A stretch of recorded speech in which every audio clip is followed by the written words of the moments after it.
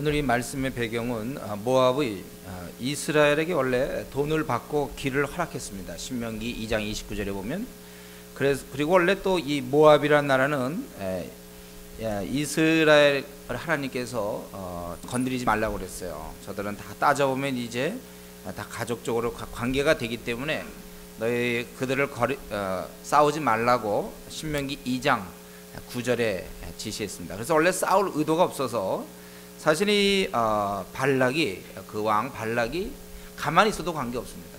근데 문제는 이제 이 이스라엘이 이 모압 땅을 통과했고 가서 시온을 멸망시켰거든요. 근데 이 시온이 한때 이 모압 땅을 정복했던 사람들이 강한 자입니다. 근데 이 강한 자를 멸망시키는 것을 보고 두려워한 거예요.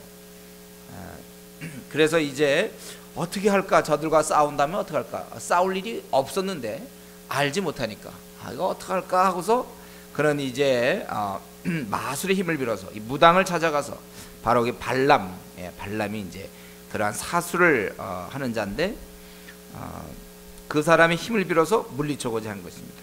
그래서 거기 강 건너에 있는 이제 그 발람을 불러오게 되는 것입니다. 그래서 그 5절에 보면 발람의 본향 강변 부돌에 보내어 발람을 부르게 가로되 보라 한 민족이 애굽에 사는데 그들이 지면에 우리가 벌써 우리 맞은편에 거하였고 그래서 너가 이렇게 해주기를 바란다 그런 것입니다. 그래서 1절부터 20절까지 보니까 이제 발람을 초청하죠. 그래서 사자들을 발람에게 보내는데 저들이 강하니까 와서 우리를 위해서 저들을 저주하라. 아마 그 당시 그렇게 전쟁 때 그런 걸 믿었던 것 같아요. 미신을. 저주가 하면 이제 이길 수 있다 이렇게 한 것 같습니다. 그래서 모압 장로와 미디안 장로 이들은 같이 이제 거의 같이 지내면서 또 땅도 공유하고 가까이 있었고 그래서 모압과 미디안 둘 다 사실은 이거 하나님이 이스라엘 민족에게 이들과 싸우지 말라고 했던 두 민족입니다. 근데 저들이 그걸 모르고 예물을 가지고 발람을 찾아가게 됩니다. 그래서 발람이 그들에게 찾아오니까 그러면 너희가 머물라 라고 여호와께서 내게 이른 대로 대답하겠다. 발람이 이제 그들에게 얘기하죠. 사실 이 발람은 뭐 하나님을 믿는 자도 아닙니다. 아무것도 아니고 이제 이신저신을 생각하다가 이스라엘을 멸망시키려면 이스라엘의 신의 힘을 빌어야 된다고 생각을 했던 것 같고 아마 이게 들었던 것 같아요. 그래서 여호와께서 내게 이른 대로 내가 대답하겠다. 그래서 보니까 하나님이 그에게 말하기를 그들과 함께 가지도 말고 그 백성을 저주하지도 말라. 12절에 그들은 복받은 자다. 그래서 가서 아침에 가서 얘기하기를 야 너희들 가라. 하나님이 그걸 허락지 않는다. 그렇게 얘기했어요. 이 얘기를 들었던 발락은 어떻습니까? 그 다음엔 더 높은 귀족을 또 더 많이 보내게 돼요. 이걸 볼 때 상당히 집착하고 있는 걸 알 수 있어요. 이 발락이라는 왕이 굉장히 미신적이에요. 그래갖고 집착하는 거예요. 어떻게 하든지 데려오려고 더 높은 귀족을 또 더 많이 보냈다. 아무것도 너희 꺼내지 말고 오라. 높여 존귀케 하고 말하는 대로 무엇이든지 실행할 테니까 와서 이 백성만 그저 저주해달라. 그 당시 무당이면 이런 일을 하는 게 마땅해요. 또 돈 받고 그들은 뭐 윤리가 없는 자들이니까 저주하는 것입니다. 그러니까 제가 보기에 그 발람이라는 자는 지금까지 돈을 많이 받고 이러한 저주도 했을 것이며 이런 술수를 베풀고 그런 아주 이방의 술사로서 합당치 않은 그런 자였어요. 그랬더니 발람이 뭐라고 얘기하냐면 오니까 이제 나는 너희가 은금을 집에 가득 채워줘도 나는 하나님 말씀을 덜하거나 더하지 못한다. 18절에 그렇게 얘기하고 그리고 나서 19절에 이 밤에 유하라. 원래 18절로 끝내야죠. 유하라. 혹시 하나님이 무슨 말을 더하는지 알아보리라 이렇게 얘기하고 있습니다. 그리고 밤에 보니까 발람에게 임하여 이르시되 그 사람들이 너를 부르러 왔거든 일어나 함께 가라. 그러나 내가 네게 이르는 말만 준행할지니라. 20절에 이렇게 얘기했습니다. 그래서 그가 21절부터 35절까지 떠나게 되는 거예요. 근데 우리가 이 구절은 잘 알아요. 여러분 성경을 그 많은 걸 기억 못해도 이 구절은 대부분 기억합니다. 나귀가 등장하기 때문에 나귀. 그래서 귀족과 같이 떠나는데 도중에 하나님의 진노하심으로 하나님의 사자가 그를 막으려고 길에 섰다. 거기서 이제 우리가 많은 사람의 경우 이것에 대해서 좀 이렇게 생각을 하죠. 왜냐하면 분명히 20절에 허락하고 또 왜 진노하시는가? 22절에 보면 진노하시는 게. 그래서 이것에 대해서 뭐 여러 가지 해석이 있지만 우리가 보통 생각할 수 있는 건 이제 우리 19절에서 보여지는 여호와께서 내게 무슨 말씀을 더하는지 알아버리라. 이때 이 사실 우리가 상식적으로 생각할 때 발람은 누굽니까? 돈을 받는 사람이고 그 다음에 그는 윤리가 없는 하나의 그 무당 같은 사람인데, 그가 사실은 이거 오라고 그럴 때 높여준다고 그러고 막 많은 재물 주고 그럴 때 가고 싶은 마음이 분명히 있었을 거예요. 그러나 하나님께서 그 가지 말라고 그랬으면 그걸로 끝내야 되는데 마음은 있었던 것이죠. 그러니까 다시 또 그들을 유하면서 무슨 말 하는지 또 기다려보겠다. 이렇기 때문에 이 하나님께서 보통 이런 경우 여러 번 얘기해도 듣지 않을 경우 그냥 그가 원하는 대로 내버려두는 경우가 우리가 성경을 통해서 많이 볼 수 있는데, 그렇다면 이런 경우 이게 방임으로 볼 수 있다는 거예요. 방임. 하나님이 그냥 놔두는 거예요. 그가 그렇게 원하니까 놔두는 거예요. 그리고 가는 도중에 이제 그를 막는 것입니다. 그가 욕심을 가지고 사실은 이 길을 가고 있기 때문에, 특별히 거기 32절에 보면 내 길이 내 앞에서 패역함으로 이렇게 돼 있어요. 하나님이 비록 그가 원함으로 허락은 하지만 그의 자세가 잘못됐기 때문에 그걸 교정하려고 지금 이제 나귀가 등장하는 것입니다. 그는 재물에 대한 욕심이 많았고 또 가는 중에 이제 그런 기대감이 어느 정도 드러난 것 같아요. 그래서 22절에 그가 행함을 인하여 하나님이 진노하심으로 이제 그렇게 했다. 어쨌든 이 일을 통해서 발람은 경고를 받게 된 것입니다. 그 사건이 이제 23절부터 쭉 나오죠. 나귀를 타고 가는데 이 나귀는 하나님의 사자가 칼을 들고 서 있는 것을 봤어요. 그래서 그가 밭으로 들어갔습니다. 그러니까 잘 가다 갑자기 밭으로 가니까 그래서 채찍질한 거예요.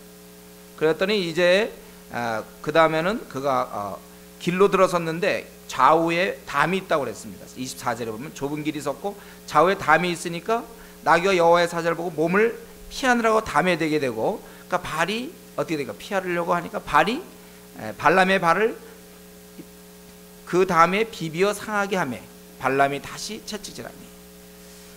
그러니까 이 발람의 입장에서는 참 이상하죠. 가다가 말고 갑자기 밭으로 들어가서 때려서 채찍질해서 했더니 그 다음에 안 가고 막 벽에다가 이 나귀가 막, 근데 비비는 건 좋은데 자기 발도 비벼지는 거죠. 그러니까 왜 이 나귀가 왜 이러는가? 그래서 채찍질하게 되는.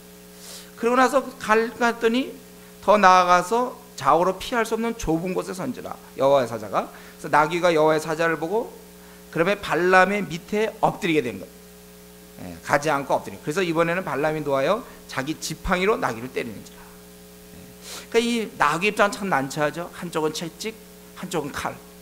이 사이에 껴가지고 피해도 받다가 또 맞아갖고 안 되니까 벽에 붙다가 또 맞고, 그 다음에 이제 더 이상 어떻게 할 수가 없으니까 발람 밑에 엎드렸다가 지팡이로 맞고 이렇게 되는 거예요. 많이 맞았어요. 이 나귀가. 발람이 많이 때렸죠. 그럴 때 이제 하나님께서 나귀에게 입을 여십니다.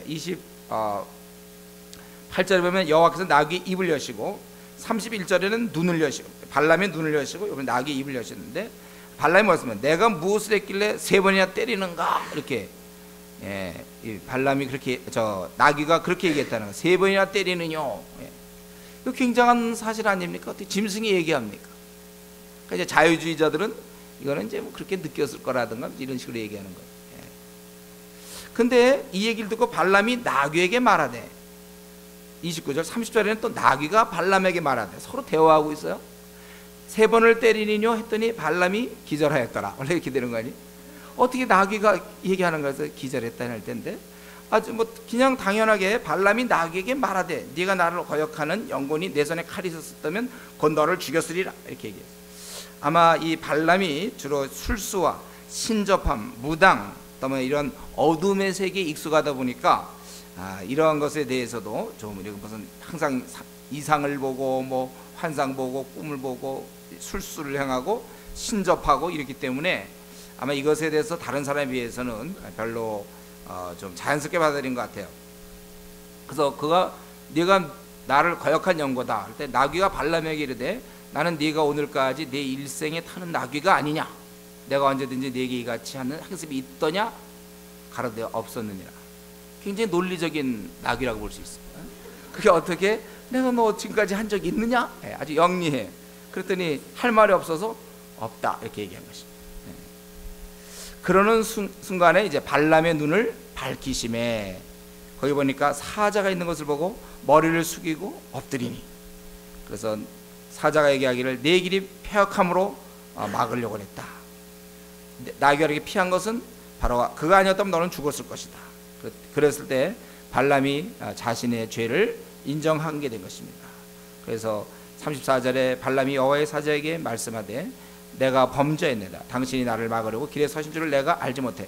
사실 이때의 죄 회개는 우리가 생각하는 그런 죄 회개는 아닐 거예요. 압도당하여 이제 자기가 범죄했다고 얘기하고 있는 것 같아요. 그 다음에 이제 모습을 보면 그래요. 그래서 기뻐하지 않으면 자기는 다시 돌아가겠다. 그럴 때 여호와의 사자가 발람에게 이르되 그 사람들과 함께 가라. 내가 네게 이르는 말만 말할지니라. 발람이 발락의 귀족들과 함께 가니라. 그래서 이 사건은 결국은 이 나귀를 통해서 경고하시는 것이고 그로 하여금 깨닫게 하시는 것이고 그가 무슨 일을 해야 될지를 얘기해 주는 것입니다. 그래서 36절부터 40절까지 보니까 아주 이 발락이 발람의 온다함을 듣고 모압 변경의 끝 아르논가에 있는 성읍까지 가서 그를 영접하고, 이 지금 발람은 그 유브라데스 강에서 오는 거 아닙니까? 그 강 그쪽에서 오는 건데 가서 영접을 한 거예요. 끝까지 가서 영접해. 그만큼 기다렸다는 것이죠. 그러면서 얘기하기를 왜 내가 너를 높여서 존귀할 기회를 주지 않으려 했느냐? 이제 왔으니 이제 주겠다 이런 뜻이죠. 그렇지만 발람이 이제 그런 중간에 그런 엄청난 사건을 경험하고서 얘기하기를 나는 오긴 했지만 하나님 말씀만 말할 뿐이다. 어쨌든 발락이 우양을 잡아서 발람과 그와 함께한 귀족을 대접하였더라. 우리 이 지금 22장에서 발람은 선지자가 아니에요. 술사입니다. 그러나 그는 여러 통로를 통해서 하나님을 어느 정도 알고 있었던 것 같아요. 우리 이도라가 예를 들면 이방인이었지만 하나님을 알았다든가, 또 가나안 여자 라합이 하나님을 아는 것. 출애굽기 15장 14절에는 이러한 사실이 예고되고 있습니다. 열방이 듣고 떨며, 열방이 듣고 떤다고 그랬어요. 그래서 그는 신중에 아마 우리가 생각할 때 이 발람은 신중에 여호와라는 한 큰 신을 알았던 것 같고 그를 의지해서 복수를 사수를 계속했던 것입니다. 그래서 나중에 보면은 세 번째 할 때는 그가 사수를 쓰지 아니했다고 24장에 보면은 사수를 쓰죠. 그동안은 약간의 혼합적으로 자기 남은 무슨 사수를 쓰면서 뭐 짐승의 어떤 피를 가지고 했든지 어떻게 하면서 어떤 하나님의 음성을 얘기하고 이렇게 두 번 했지만 세 번째는 사수를 쓰지 않고 그런 방법을 쓰지 않고 그냥 가만히 있다가 임하여 이제 얘기하는 그런 것을 우리가 알 수 있습니다.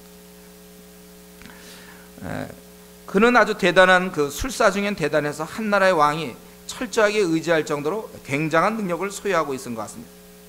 그래서 그를 통해서 전쟁을 이기려 했고 한 번 거절했지만 그럼에도 불구하고 또 더 많은 귀족을 보내 설득시킬 만큼 아주, 그리고 몸소 변경에 가서 그를 맞이할 정도로 대단한 인물이었습니다. 우리는 이 하나님, 여기서 하나님께서 계시하시는 것, 이것을 우리가 좀 잠시 얘기해 본다면 하나님은 우리 이방인에게도 이렇게 계시하는 경우가 많이 있었어요. 이전에도 보면 바로 같은, 우리가 지난번 창세기 할 때 바로의 그 꿈을 통해서 하나님 뜻을 계시한다든가, 또 우리 다니엘서 보면 느부갓네살 같은 경우에 하나님의 그런 것을 계시할 수도 있고, 하나님께서는 이방인도 사용한다는 사실을 여러분 믿으십니까? 하나님께서는 자유로워요. 술사도 사용할 수 있습니다. 하나님 믿지 아니하고 무당도 하나님이 그를 사용할 수도 있어요. 그렇기 때문에 우리가 항상 늘 강조하지만 시대가 어두워지면, 우리 계시록 공부했습니다. 온갖 표적, 기사, 방언, 예언, 뭐 많은 것들이 일어나기 때문에, 그러기 때문에 우리가 그런 걸 보고 그는 하나님이 쓰는 사람이라고 생각해서는 크게 잘못되는 거예요. 절대로는 말씀 외에 벗어나서는 안 됩니다. 말씀에 근거 없는 거는 받아들이면 안 돼요. 말씀대로만 해야 돼요. 특별히 이 시대에는 이제 점점 그러한 흐름이 많이 있을 거예요. 그거 말고 어떻게 우리 믿는 사람 자꾸 또 이렇게 효과적으로 공개할 방법이 뭐겠습니까? 이런 능력들 드러나는 것. 우리 성경은 그 사람 얘기가 맞아도 따르지 말라 그렇게 얘기했습니다. 우리에게는 이 신구약 66권 정확한 말씀을 갖고 있습니다. 이 말씀을 가지고 우리가 하나님을 따라야 되는 것입니다. 또 오늘 본문에서는 이 나귀가 등장하죠. 예. 나귀가 얘기를 하고, 예. 아마 우리 역사상에 이런 일이 있을까요? 짐승이 입을 열어 얘기하고. 근데 우리는 이런 걸 볼 때 이것은 뭐 우리 하나님이 전능하신 분이신데 뭐 못할 게 뭐가 있습니까? 이걸 자꾸 무슨 합리적으로 해석하려고 하지 마시고 그대로 받아들입니다. 우리 기독교라는 것은 하나님의 사자 칼 들고 서 있는 모습이라든가 우리 인간의 논리로만 해결되지 않는 부분이 너무 많이 있다는 거예요. 그래서 우리는 이런 것을 통해 우리 신앙을 점검해 봐야 됩니다. 전능하신 하나님을 내가 믿고 있는가? 나귀가 말하고 여호와의 사자가 칼을 들고 또 나타나고 또 발람의 눈을 여시기도 하고 감게 하시기도 하시고 하나님이 계시하시고 이런 여러 가지 사건을 우리는 22장을 통해서 보게 돼요.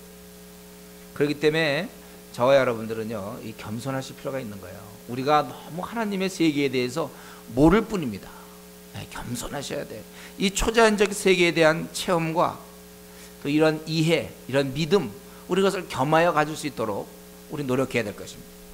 살아계시는 인격자 하나님, 전능하신 하나님이 하시는 것에 대해서 우리는 이렇게 동경심을 가지고 우리가 이렇게 그러한 상황에 대해서 우리가 좀 알아가고자 하는 나의 그 무지를 탓해야지 내가 생각하는 범위 내 것만 받아들이고 그렇지 않은 것은 벗어던지는 것이 그런 식의 신앙생활하면 안 돼요. 오히려 우리 이런 것을 볼 때 22장을 볼 때 하나님에는 깊은 세계가 있다는 사실을 생각하며 내가 더 깊은 부분에 들어가도록 노력해야 될 것입니다. 하나님께는 이러한 세계가 있어요. 우리가 알지 못하는 이런 깊은 세계. 우리 선지자들은 이런 세계를 넘나들기도 했습니다. 우리가 이러한 면에 있어서 깊은 좀 체험. 하나님께서는 불가능이 없으시고 전능하신 하나님, 이런 영적인 세계를 우리가 알고 있다는 것, 초자연적인 세계가 우리에게 있다는 것을 좀 생각하면서 우리가 그렇기 때문에 하나님의 그런 섭리에 대해서 우리가 함부로 입을 열면 안 되고 겸손해져야 될 것입니다. 이제 23장, 24장 오늘 좀 본문이 다소 길었지만요. 23, 24장 계속 할 수밖에 없는 것은 이게 이제 연결돼서 그래요. 오늘 전체적으로 이 발람이 4번 얘기합니다. 그러니까 3번은 계속해서 그러한 보면서 얘기하게 되고 한 번은 자기가 그냥 얘기하는 게 있어요.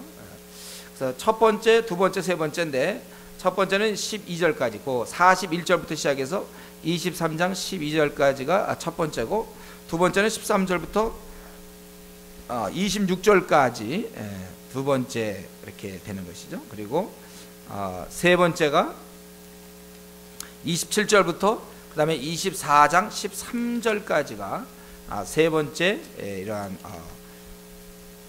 축복이 나오는 것이고 그리고 마지막으로 14절부터 마지막까지는 앞날에 대한 예언까지 하고 마치는 것입니다.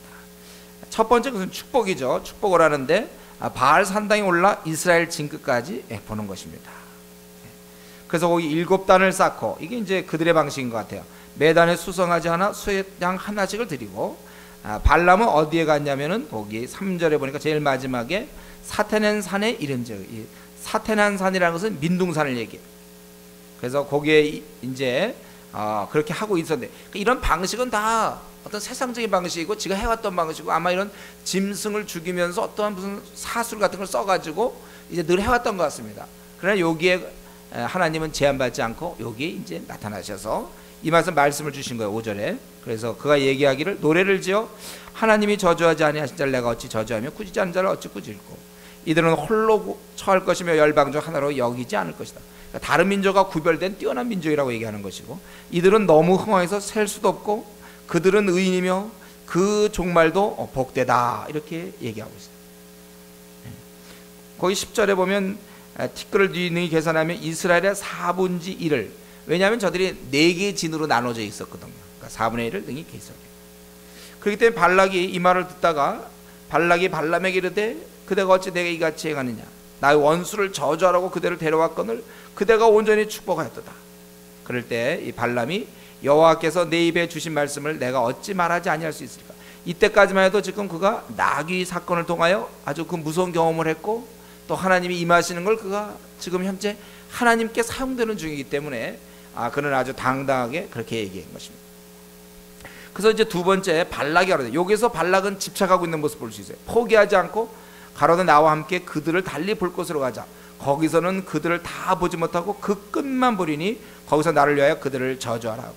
아마 그때 처음에 봤을 때는 전체를 보면서 그 웅장한 모습, 저들이 그 많은 모습, 그것을 보면서 이런 축복이 나왔다면 그 끝만 조금 보고 한번 얘기해 보자. 그래서 소빔들로 인도하여 비스가 꼭대기에 이르러, 아까는 그 사태난 산에 이르렀고 이번에 이제 두 번째는 비스가 꼭대기에 이르러 또 7단을 쌓고 매달에 수송하지 않아 수당 하나를 드립니다. 참 이 단을 쌓는 거 쉬운 일이 아니지만은 7단 쌓고 또 드리는 거예요.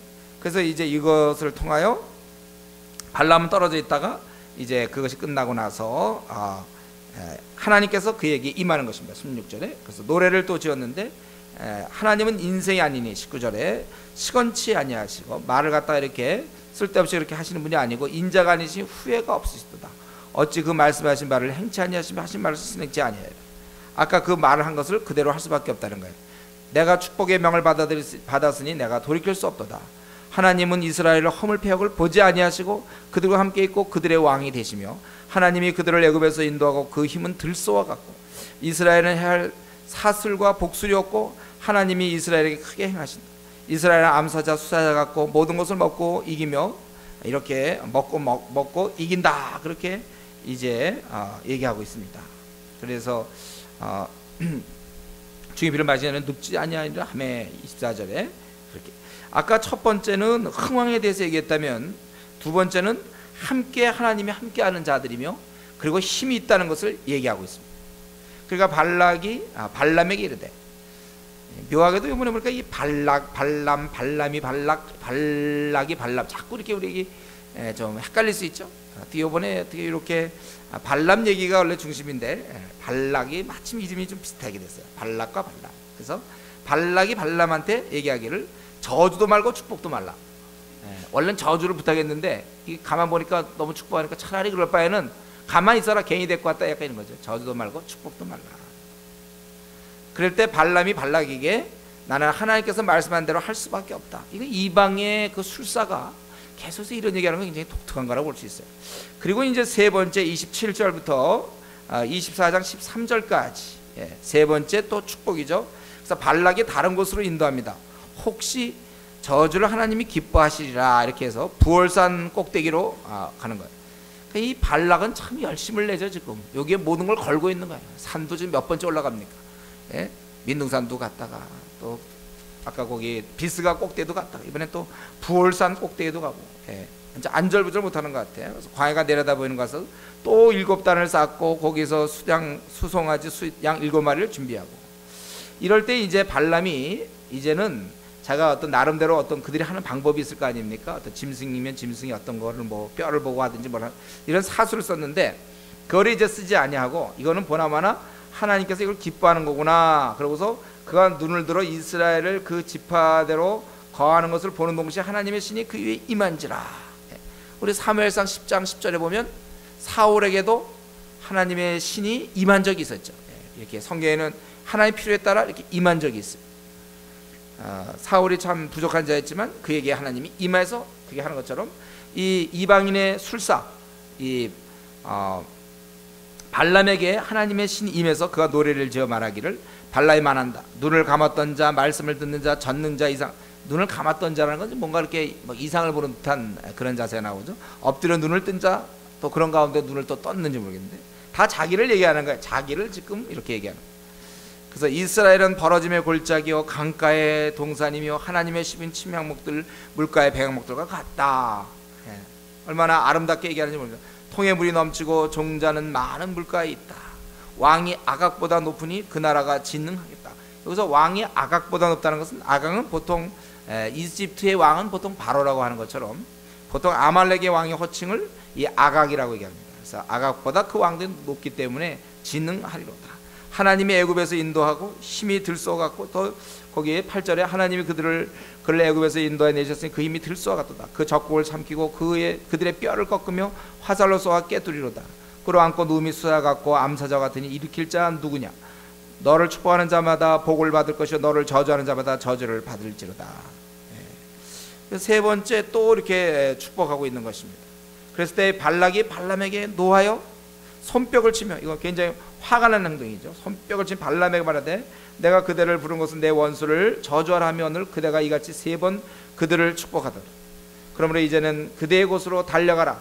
내가 그대를 높여 심히 존귀케 하기로 뜻하였더니 여호와 그대를 막아 존귀치 못하게 하셨도다. 약간 이제 약간 어긋장난 얘기죠. 그러니까 네가 원래 잘 지낼 수 있었는데 그 여호와가 너를 막은 거다, 이렇게 얘기했어. 그래서 발람이 발락에게 얘기하기를 내가 이미 말하지 않았는가? 은과 금을 아무리 주어도 하나님 말씀대로 말할 수밖에 없었다, 이렇게 얘기하면서 14절부터 25절까지 앞날에 대해서 예언하고 있습니다. 지금 너무 빠른가요? 이 내용을 아시죠, 여러분? 뭐 이걸 갖다 막 음미하고 막 묵상하고 그럴 필요 없어요. 막 이렇게 하나님 말씀을 전능자 이상 엎드려서 눈을 뜬 자, 이게 누군가 막 눈을 감았던 자, 그러지 말고 그냥 이렇게 전체적으로 쭉 여러분 이해가 되는 거죠.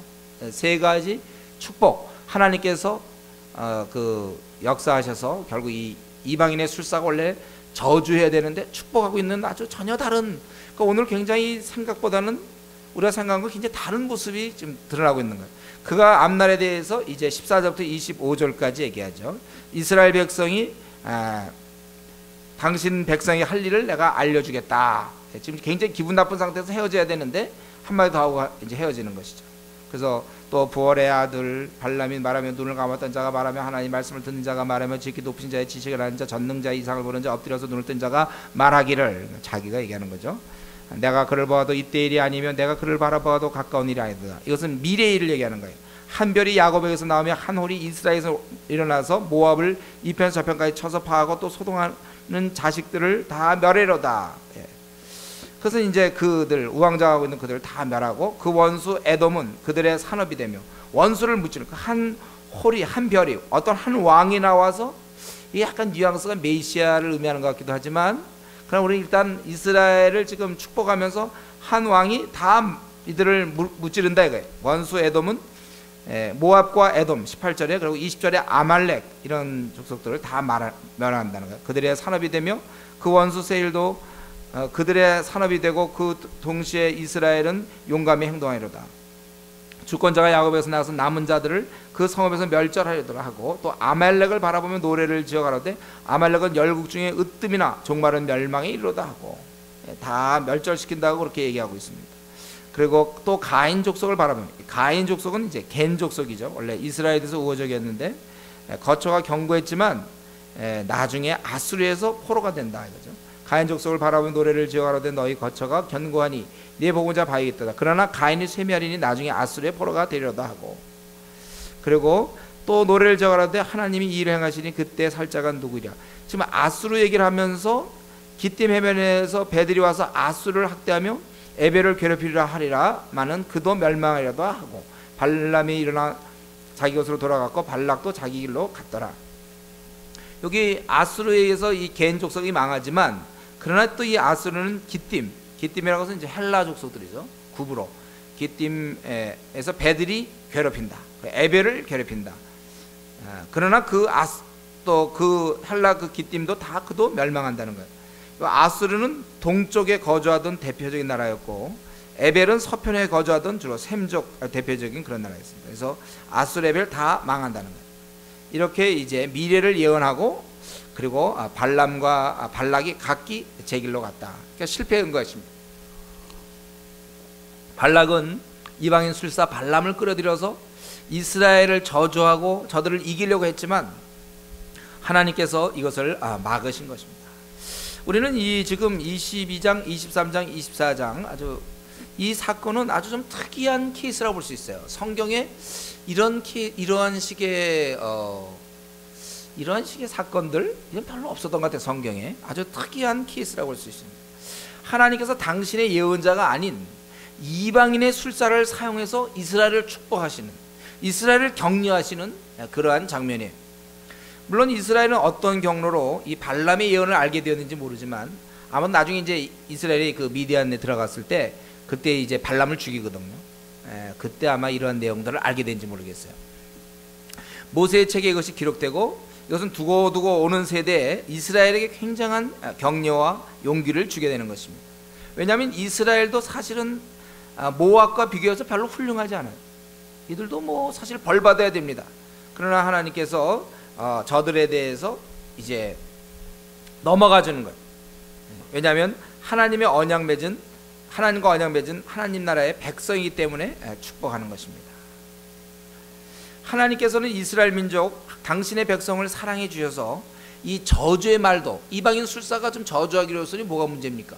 그러나 이 저주의 말도 막아주실 정도로 당신의 백성을 사랑하는 거예요.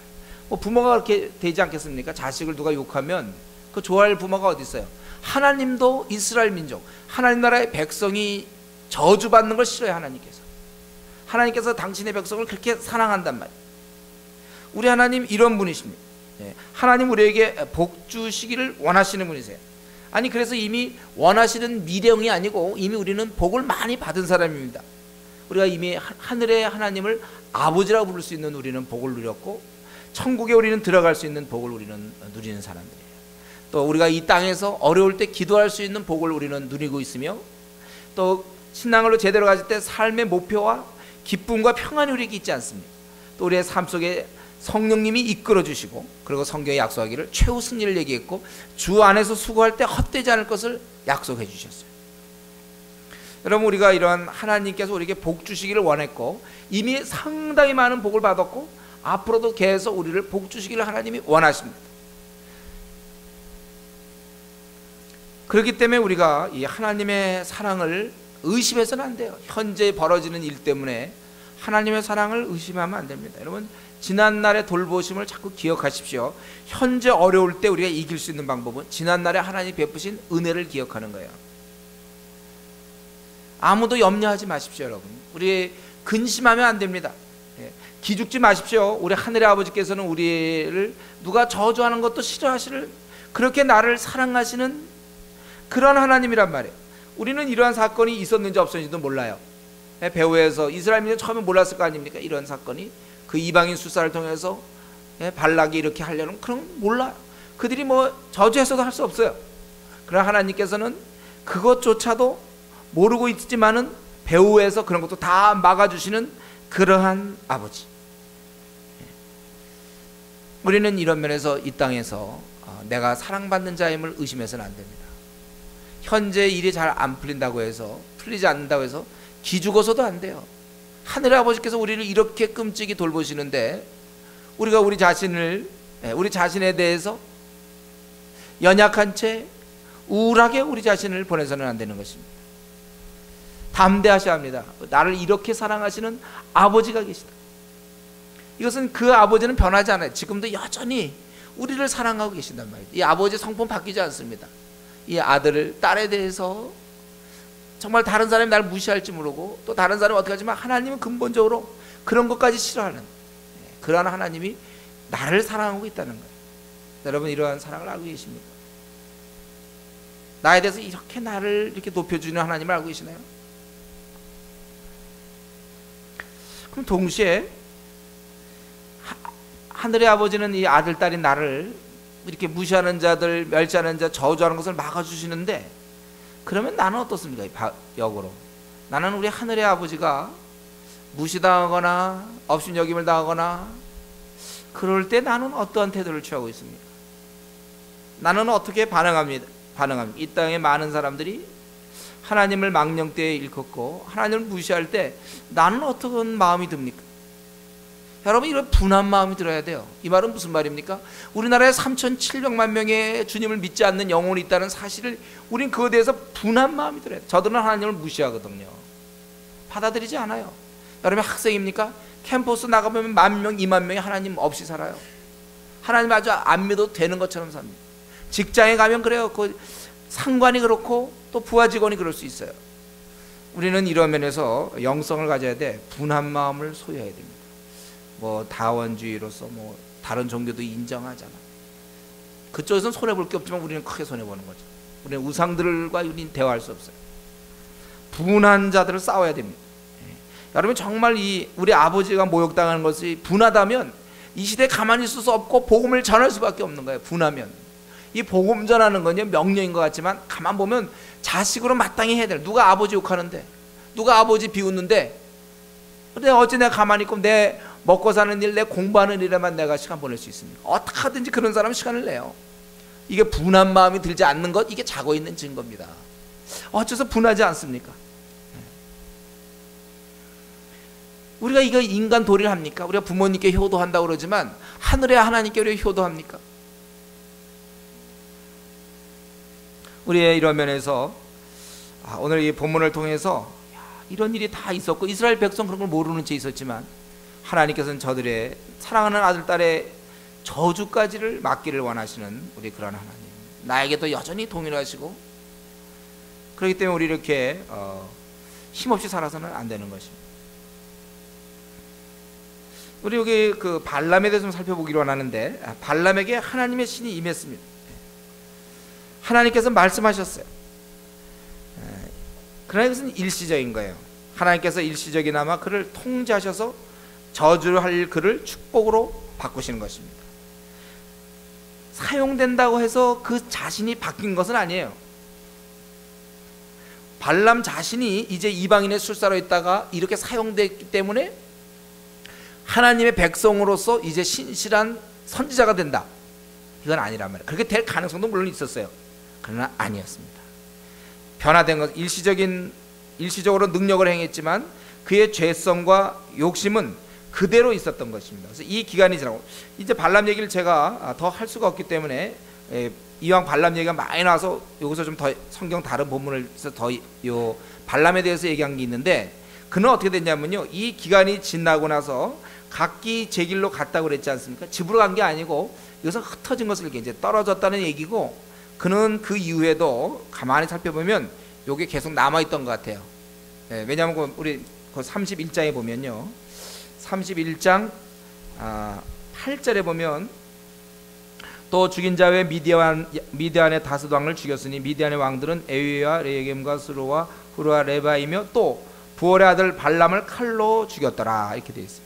그가 왜 자기 고향 유브라데스 그쪽이라 바벨론 쪽으로 안 가고 여기에서 죽습니까? 그러니까 그가 이 사건 뒤에 머물렀던 것 같고, 그 31장 16절에는 뭐라고 나왔냐면, 보라 이들이 발람의 꾀를 쫓아 이스라엘 자손으로 부올의 사건에 여호와 앞에서 범죄케 하여 여호와의 회중의 연병이 일어나게 하였느니라.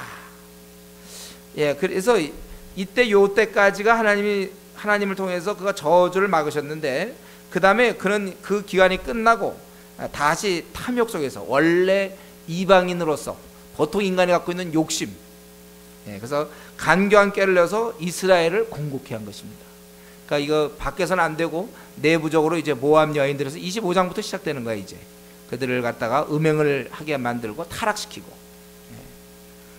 그래서 이 베드로 사도는 이 발람에 대해서 어떻게 얘기하냐면, 저희가 바른 길을 떠나 미혹하여 부올의 아들 발람의 길을 쫓는도다.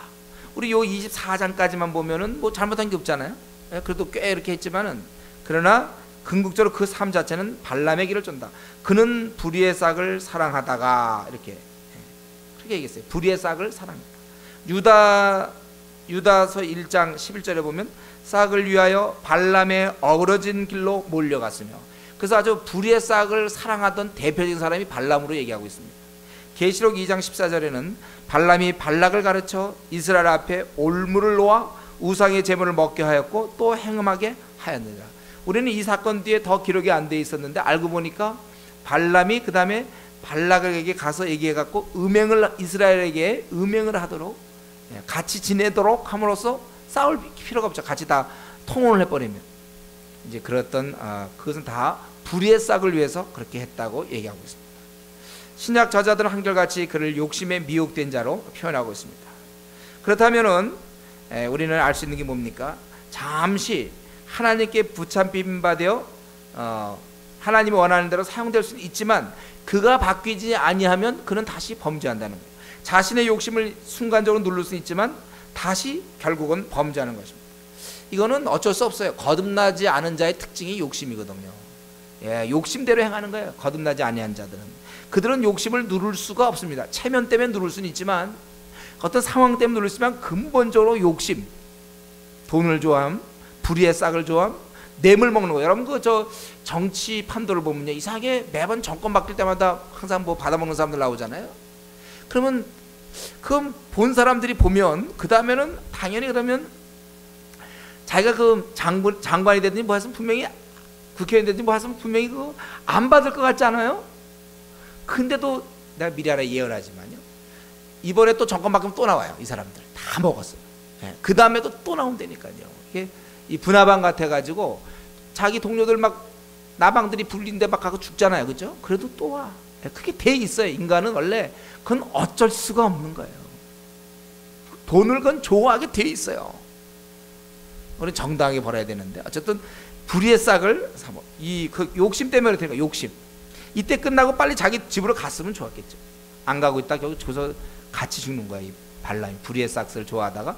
그래서 이스라엘 민족을 요 세 번째는 이렇게 축복을 했지만 나중에 발락에게 지시해서 저들로 음행케 하여 같은 민족이 돼버리게 가지고 어떻게 싸움을 모면하게 하려고 했는지 모르겠어요. 이 꾀를 쫓아서 했다가 이제 두고 오고 오는 세대마다 이 아주 그 욕심에 미혹된 자로 대표적으로 발람을 얘기하고 있습니다. 그러니까 거듭나지 않은 자는 이렇게 살 수밖에 없습니다. 이 인간의 모습이에요. 본래 모습. 여러분 이것은 우리도 마찬가지, 우리도 다 마찬가지예요. 우리는 다만 성도들의 차이점은 성령님이 우리 안에 와 계시다는 거죠. 우리 마음에 성령님이 와 계셔서 이것을 누를 수가 있다는 거예요. 욕심을. 이 차이가 있는 것입니다.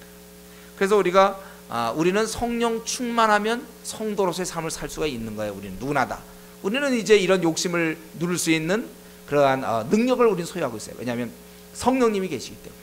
그래서 저와 여러분은 비록 우리가 욕심 덩어리를 할지라도 못됐다 할지라도 이걸 누를 수 있는 성령님이 계시다. 어떤 사람은 자꾸 이 성령님 능력을 생각 안 하고 자기 그 못된 거를 자꾸 들여다보는 사람이 있어요. 그래서 자꾸 밤낮 회개만 하는 사람이 자꾸 자기 이것만 들여다보면서, 이거는 어쩔 수 없어요. 이 죄악된 욕심 다만 누르는 거라고 그랬습니다. 그래서 우리가 성령의 능력으로 우리는 이 욕심을 눌러서 거룩한 성도로 살아가는 것입니다. 근데 한 가지 조심할 점이 있죠. 성도라 해서 누구나 다 욕심을 누르는 건 아니에요. 그것은 기도하는 사람만이 가능하다고 그랬습니다. 이건 우리 디모데 성경 공부에서도 많이 했죠. 여러분, 기도 생활 없이는 욕심을 누를 능력이 없어요. 알지만 안 되게 돼 있어요. 성령의 능력은 기도 생활을 통해서 생기는 거거든요. 그래서 기도하기를 쉬는 사람들은 결코 욕심을 누를 수가 없습니다. 우리는 이런 면에서 우리 이 욕심을 눌러놔야 돼. 여기까지 이제 원래 발람에 대한 얘기 여기까지 나오지만 사실은 그 위에 보니까 이런 식으로 불의의 싹을 쫓아갔던 결국 이방인 술사가 이렇게 될 수밖에 없는 거예요. 한때 하나님께 사용된다고 해서 안심하면 안 돼요. 또 우린 그런 사람 믿어도 안 돼요. 그 사람이 뭐 예언을 하고 뭐 병을 고쳐도 그런 사람 믿을 것도 안 됩니다. 그 사람이 하나님을 경외하는 자가 이게 굉장히 중요해요. 우리 발락은 또 어떻습니까? 발락. 이 발락이라는 인물이 오늘 나왔으니까 한번 좀 살펴본다면, 이 발락은 미신의 힘으로 이스라엘을 물리치고자 했던 사람입니다. 이 일에 아주 열심을 보였어요. 벌써 그가 거절할 때 그때 그만뒀어야 되는데 2번이나 찾아갔고, 또 저주할 때 3번이나 아까도 얘기했지만 등산해 가면서, 그거 보통 일이겠습니까? 그 산들 돌아다니면서 그걸 장소를 바꿔가면서, 이게 뭡니까? 이 발락의 모습은 뭐예요? 어떤 정말 이렇게 아주 그 소망 없이 이렇게 사는 이 사람, 이게 바로 인간의 모습이에요. 지금 하고 있는 그 행위 자체가 이게 발람이 혹시 저주했다 하더라도 그게 무슨 소용이 있습니까? 완전히 미신에 쩔어 있는 것이죠. 무의미한 거예요.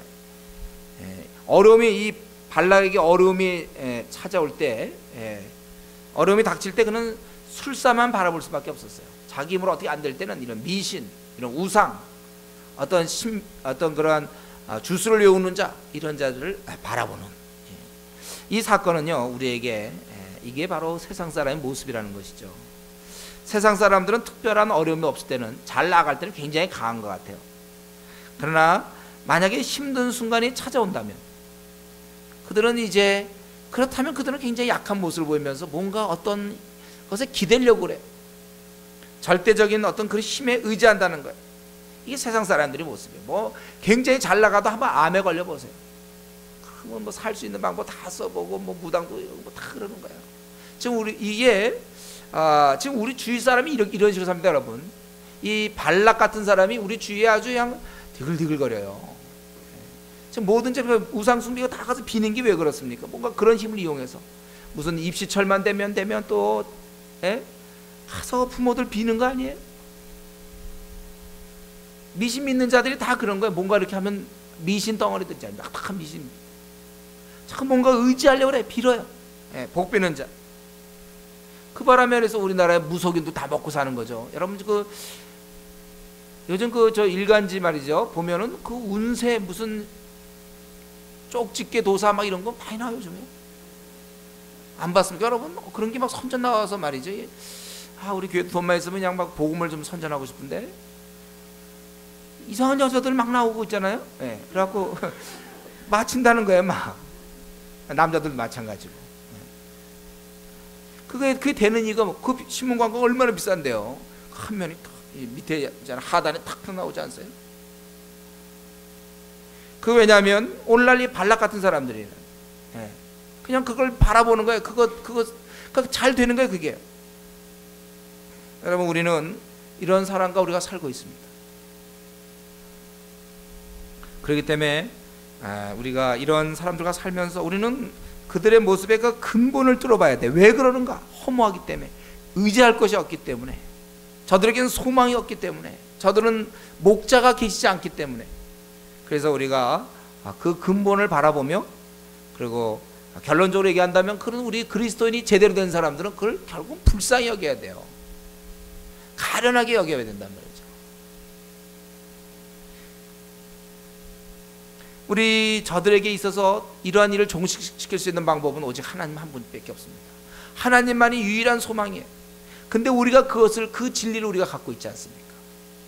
그래서 우리가 저들을 돌볼 책임이 있어요. 저와 여러분, 우리 교회는 그걸 얘기하지 않습니까? 가만히 있는 성도 있으면 안 된다고 그랬죠. 모두가 다 불신자들을 만나야 된다고 그랬습니다. 여러분, 불신자를 만나서 성경 공부시켜야 된다고 그랬어요. 왜냐하면 우리가 쥐고 있기 때문에. 불신자들이 우리 만나서 뭐 공부시키지 않아요. 저들은 진리를 갖고 있지 않아요. 우리가 진리를 갖고 있습니다.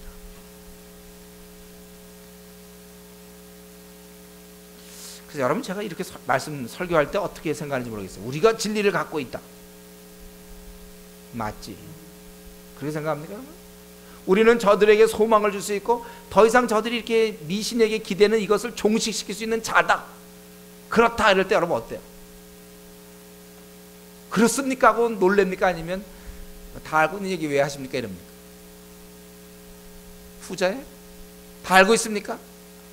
근데 이걸 진짜 안다면, 제가 얘기하면 진짜 안다면 우리는 이 불신자를 만나지 않고는 견딜 수가 없는 거예요.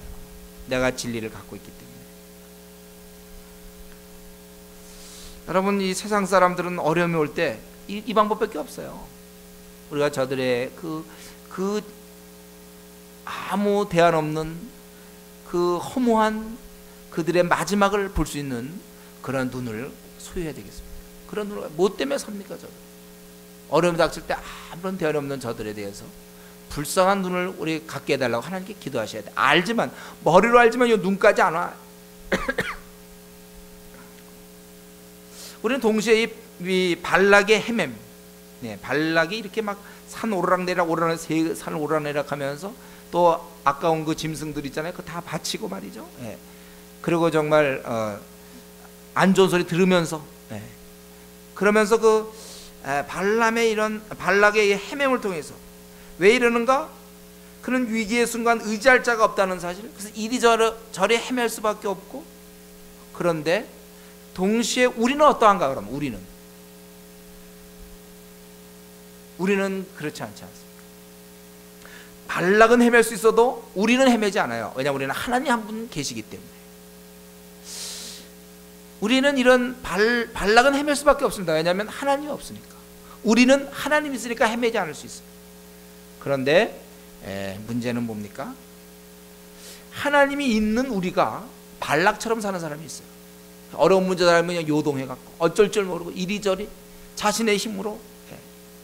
그래서 자기가 어떻게 풀어보려고, 어려운 일 나갈 때 하나님께 기도하라는 사인인데, 어려울 때 그냥 자기가 그래서 어떻게 해보려고 예배도 빠지고 막 어떻게 더 자기 혼자 힘으로 풀어보려는 사람이 있단 말이죠.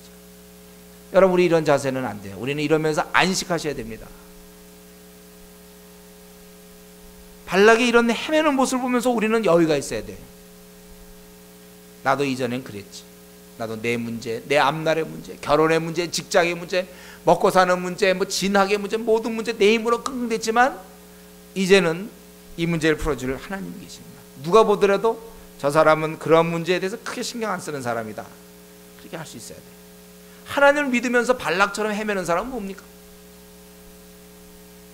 혹시 우리가 그런 사람 아니에요? 자기 힘으로 뭔가를 좀 해보려고, 신앙생활도 좀 뒤로 하고, 자기가 어떻게 좀 마련해 보려고.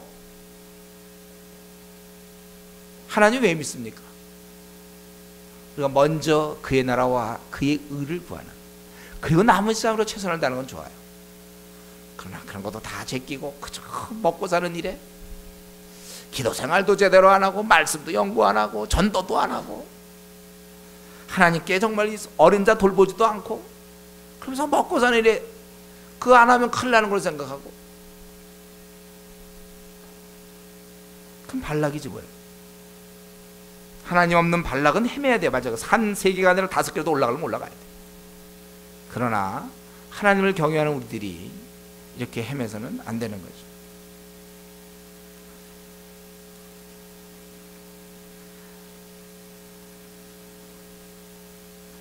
우리 그 발람에 대해서 근데 한 가지만 더 얘기하고 말씀 마치겠는데요. 이 발람은 제가 가만히 보니까요, 참 안타까운 경우에 이 발람은 애당초 이러한 체험을, 오늘 22장, 23장, 24장에 나오는 체험을 안 했으면 모르겠는데 하나님과 이거 가까이 접근할 수 있었던 그런 기회를 가졌던 자예요. 그런 하나님이 얼마나 크신 분임을 알았던 자입니다. 하나님의 사자도 만난 자예요. 그러나 결국 그는 이방인으로 살다가 죽었습니다. 성경은 욕심 때문이라고 얘기해요. 이때 잘했으면 말이죠, 그가 어쩌면 이때 이스라엘 백성이 편입될 수도 있었어요. 그는 이제 사신 하나님을 섬길 수도 있었습니다. 하나님 사자까지 봤는데, 그러나 나중에 보면 그는 미디안 가운데 거하다가 죽게 되는 그런 모습을 볼 수 있어요. 그 이유는 성경은 욕심 때문이다, 그렇게 해요. 욕심이 그를 가로막은 거야. 이스라엘 백성이 되는 쪽으로 가로막은 거야. 욕심. 저는 이런 면에서 오늘날 불신자들의 경우 구원의 기회를 많이 놓치는 것이 아닌가. 기회가 여러 번 저들에게 주어지지만 돌아오는 자가 별로 없어요. 절호의 기회를 놓치는 것입니다. 왜 그렇습니까? 욕심 때문에. 이 발람은 이 싹 때문에 했고, 어떤 사람은 명예 때문에, 또 어떤 사람은 이 출세하려고, 인정받으려고, 하나님께 가까이 나올 수 있는 기회가 있는데 놓치는 사람이 이 시대에 많이 있습니다. 대부분은 이제 돈 때문에, 그래서 돈을 벌려고 하나님을, 기회가 주어졌지만 하나님을 믿지 않아요. 우리 불신자들이 그렇습니다. 참 안타까운. 근데 이제 문제는요, 이거 불신자들은 그렇다 치자 말이에요. 발람의 경우 너무 안타까운 일을 당한 거예요. 이렇게 참 3번씩이나, 그리고 또 하나님의 그것을 체험하게 되고, 또 처음 오라고 그럴 때도 하나님의 그런 음성을 듣고 하나님과 동행했지만은 결국은 하나님 나라의 백성이 되는 데 실패했는데, 그래 발람의 경우를 이렇게 보면서 우리는 안도의 한숨을 쉬는 거죠. 우리는 이제 주님 앞으로 돌아왔으니까. 그러나 우리가 주님 앞에 돌아왔지만, 그러나 하나님과의 거리는 사람마다 다 차이가 있어요. 하나님과 가까이 함에 있어서요, 그 거리의 차이가 있다는 거예요. 이게 신앙의 차이라고 볼 수 있죠. 내가 비록 신자가 되었고 하나님 나라에 발을 디뎠지만 디디기 전과 별로 차이가 안 나는, 거리가 별로 차이가 안 나. 그러니까 우리가 뷔페 식당에 들어갔지만 내가 배고파서 뷔페 식당에 들어갈 수 있는 기회가 있는데, 발람의 경우는 예를 들면 아예 못 들어간 거고, 우리는 대부분 다 이제 뷔페 식당에 들어가서 먹으면 되는데, 문제는 안 먹는 사람들이 한국 교회의 대부분의 성도라는 거예요. 구원을 받지만 풍성함을 누리지 못하는, 놓치는. 그러니까 이 돈 때문에, 세상의 그런 불의의 싹 때문에, 욕심 때문에 발람은 하나님께 나가지도 못했지만, 또 하나님께 이제 나갔다고 하며 하나님을 섬긴다고 하면서 여전히 그 돈 때문에, 아니면 내가 쥐고 있는 욕심 때문에, 내가 쥐고 있는 출세 때문에 그 풍성함을 놓치는 자들이 얼마나 많은지. 세상의 끈을 꽉 쥐고 있어서 세상에서 우리에게 제공하는 그 유혹, 돈이죠. 그것 때문에 하나님께 마음껏 달려나갈 수 있는데 기어가는, 돈 붙잡느라고 하나님께 열심을 내지 못하는, 충성하지 못하는 그러한 성도들이 얼마나 많은가. 우리는 이 발람에 대해서 참 개탄하며, 발람은 이 좋은 기회가 있었지만은 그 하나님의 백성 되는 걸 놓쳤구나, 참 답답하다, 이렇게만 얘기할 게 아니라 하나님의 백성인 나는 이 정도 사는 거 가지고, 이렇게 사는 것 가지고 만족할 수 있겠느냐 이거예요. 왜 하나님의 그 풍성한 세계에 왜 우리가 깊이 들어가지 못합니까? 여러분, 내가 하나님께 깊이 나가려고 하는데 가로막고 있는 것이 무엇입니까? 우선 제가 여러분 생각하기 전에 딱 한마디, 돈이에요. 일단 돈. 그 다음에 내가 하나님께 깊이 나가려고 하는데 가로막고 있는 것이 무엇인지 생각해 보십시오. 우리는 발람의 이 비극, 발람이 이렇게까지 동행하면서도 하나님 앞에 나오지 못했다는 사실을 안타까워한다면, 기껏 예수 그리스도의 십자가의 보혈의 공로로 하나님 앞에 이제 나갔는데 하나님 앞에 달려나가지 못하고 머물러 있는 나는 무엇입니까?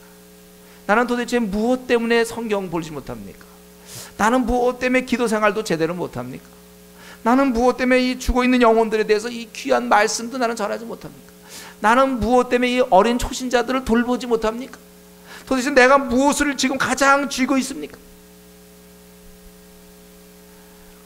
한번 믿기로 했으면 우리는 이제 다 우리 몸을 아주 홀가분하게 하고, 얽매이기 쉬운 짐 다, 무거운 짐 다 던져버리고 아주 가벼운 자세로 하나님께 달려나가야 됩니다. 나를 가로막고 있는 것이 무엇입니까? 이 발람의 이 어리석음, 하나님과의 동행하고 하나님 이런 통로로 사용되고 이런 자였지만은, 그는 아예 하나님 나라에 들어오지 못한 그러한 어리석고 불쌍한 자였지만, 하나님 나라에 기껏 들어와서는 그저 맨 밑바닥에서 기고 있는 나는 무엇입니까? 도대체 나를 무엇이 가로막고 있습니까? 하나님, 이 발람이 가졌던 그 욕심입니까? 주여, 이 욕심을 나에게 없애주십시오. 돈 때문에 그렇습니까? 내 먹고 사는 안일함 때문에 그렇습니까? 그래서 나는 기도 시간을 확보하지 못하고, 나는 그래서 어린 자를 돌보지 못하고, 믿는 자의 신앙을 성숙하게 피차 가르치고 권면하지 못하고, 나는 그럽니까? 나는 기도 생활에서 충분히 확보하지 못하고, 신앙 서적 많이 읽지 못하고, 성경 말씀 많이 연구하지 못하고, 도대체 무엇이 나를 가로막고 있는지 이제 우리 한번 생각하면서 그걸 다 털어버릴 수 있도록 우리 하나님께 기도하는 우리 성도님 되기를 바랍니다. 우리 한번 같이 기도하겠습니다.